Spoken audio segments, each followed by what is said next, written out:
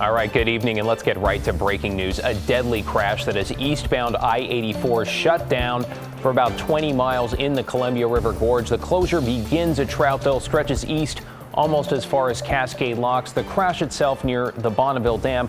Oregon State Police say it appears to involve a tree and that one person is dead. It's not clear if the vehicle hit the tree or the tree fell on the car, but authorities say to expect a lengthy closure. Avoid that area if you can. ODOT crews also reporting heavy rain and high winds in the gorge right now. They add they are seeing trees and branches come down right by I-84, so take care out there. We'll keep you posted on the interstate. Some more breaking news with new trouble on the roads. Highway 26 near Mount Hood closed for about 60 miles. The stretches from that area just past Government Camp all the way to Madras. Cars are being detoured, take a different route out there. There are also reports of crashes in that area. TripCheck.com, always a good option. It scared me to death. I seen the water coming and I was still doing about 55 and the car in front of me just lifted up out of the water. Oh, you're just getting a sense of this mess of a winter storm that caused treacherous conditions around Portland, the valley, and the coast. The man you just heard describing a semi-truck crash on I-5 near Lower Boones Ferry this morning that completely shut down those northbound lanes. Those are back open tonight, but that, as you heard, was just the beginning. The heavy rain, gusty winds flooded roads. They took down trees and knocked out power to, at the peak, more than 150,000 between Oregon and Washington today. Thanks for joining us. I'm David Molko. We have a lot to get to tonight, so bear with us as we walk you through it all, including some of the most dangerous conditions this evening right on our roads, with drivers running into trouble in part because of the sheer volume of water. Let's just give you one example here. North Columbia Boulevard by I-5 in Portland. That was this morning. Cars got stuck in floodwaters there with drivers still inside.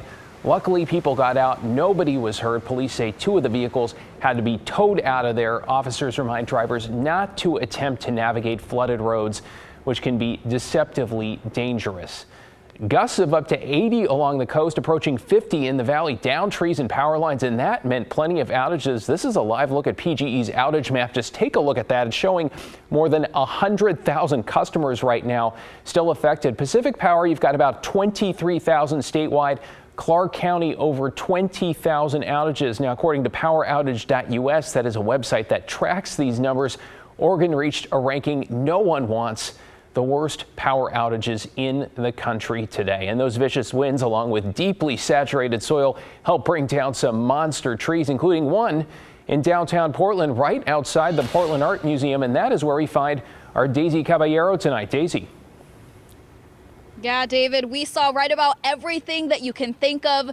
Severe flooding, down power lines, and like you just said, down trees just like this one behind me off Jefferson Street in the downtown Portland area. But as you can imagine, this isn't the only tree that fell.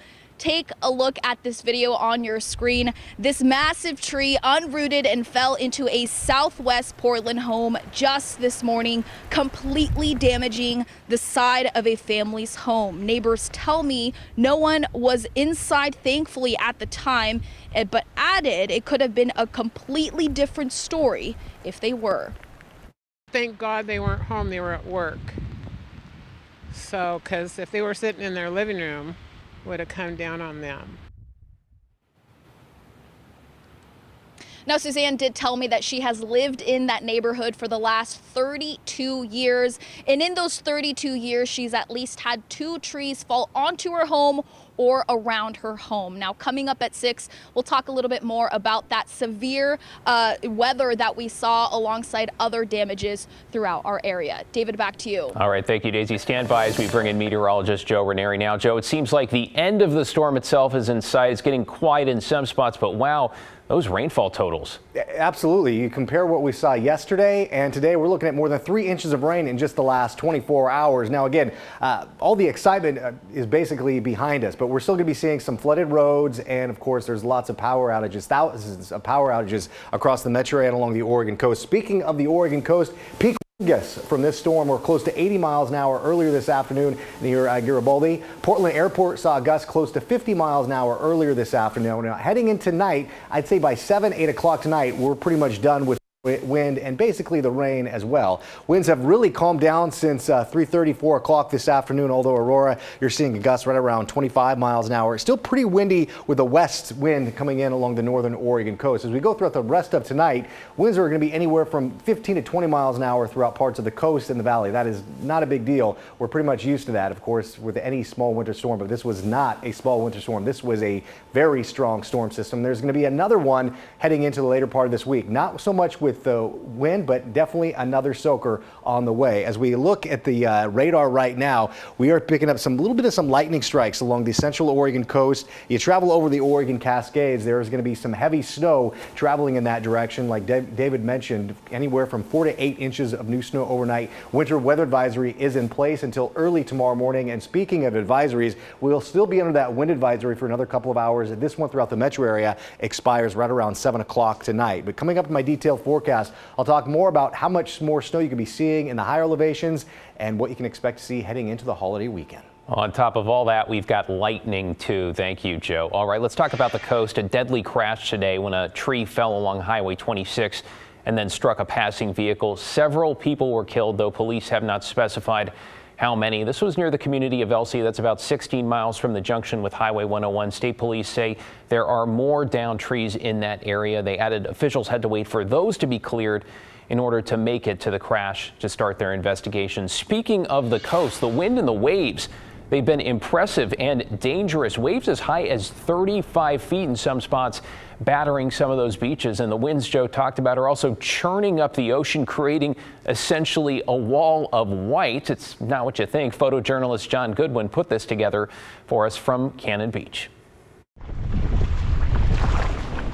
It's way windier over here. On the coast. Way windier, but weather's the same. Yeah, it's a pretty stiff wind.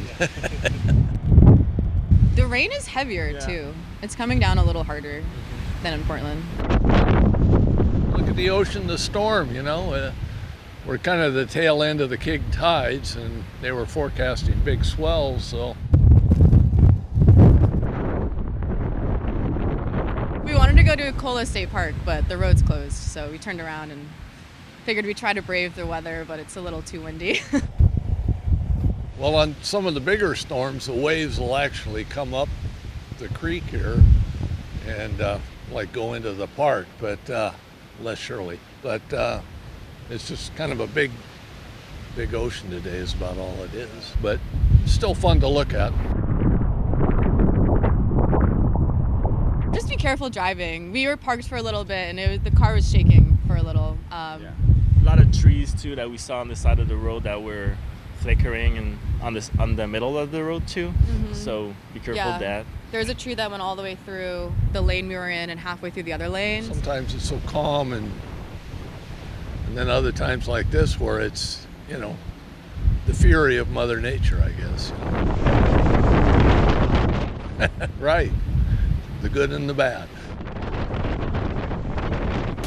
All right, words of caution there. We've got an update tonight. More woes for Southwest Airlines passengers after the airline once again canceled more than half its scheduled flights. Now the U.S. Department of Transportation is launching an investigation. Our Mike Benner, who, full disclosure, is one of those stuck trying to get home here, talked to 2 other families about their travel nightmare. If you thought Tuesday would bring relief to anxious air travelers, well, think again. According to FlightAware, Southwest Airlines canceled more than 2,500 flights Tuesday. That's 63% of its flight load. Matt Logan and his family were scheduled to be on one of the flights. You just feel stuck, you know? Logan, his wife, and 7-month-old flew from Portland to the Bay Area last Wednesday. Logan found out early Tuesday his family's return flight to Portland later in the day was canceled. It's one of more than 45 flights in and out of PDX Tuesday canceled by Southwest. You know, you got jobs, and with a baby, we've got a routine we're looking to get back home to, so you just kind of feel helpless. And it appears it'll get worse before it gets better. Southwest preemptively canceled an additional 3,300 flights Wednesday and Thursday, more than 40 of those involving PDX. I consider myself a frequent traveler, and this is as chaotic as I've seen it. Lee Havlick, along with her husband and 3 kids, spent the holidays in Havlick's hometown of Cape Girardeau, Missouri.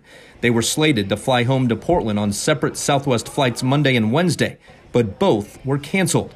After spending hours on the phone with Southwest, they've since rebooked with a different airline. You know, it's frustrating. We're in a small house, and there's 6 of us living here, and we're ready to be home. And I think my mom has loved her time with us, but she's ready for us to be home as well. While both Havlick and Logan are pleased to know the U.S. Department of Transportation will be examining what it calls Southwest's unacceptable rate of cancellations and delays and a lack of prompt customer service, they're ready for this travel nightmare to be over. There's no doubt it's a Southwest isolated issue.